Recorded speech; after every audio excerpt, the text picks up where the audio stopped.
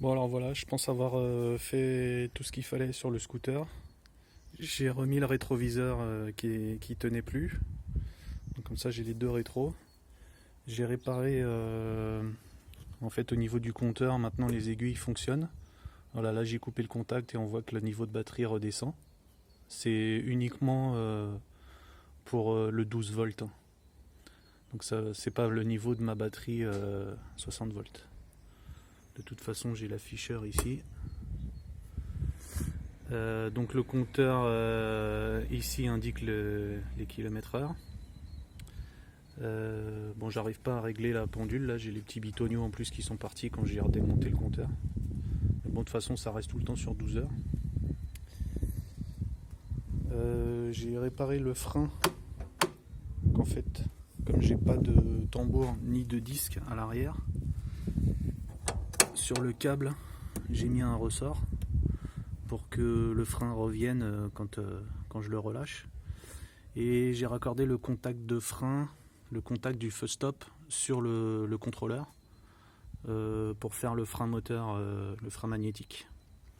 Donc ça fonctionne très bien, j'ai essayé. Bon voilà.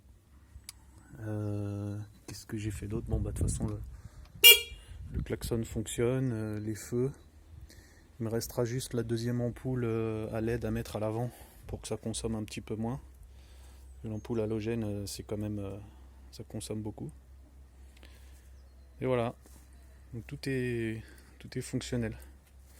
Le frein, pour le frein, je me suis connecté sur le high level brake, donc pour pouvoir envoyer du 12 volts sur le contrôleur au niveau du frein.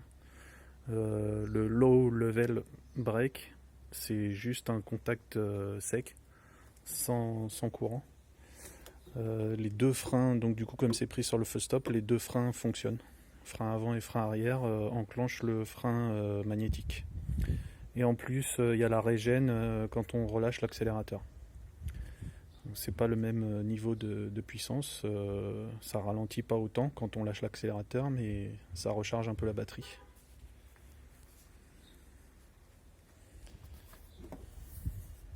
Batterie 16S.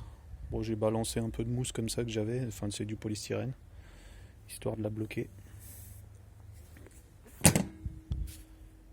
Voilà.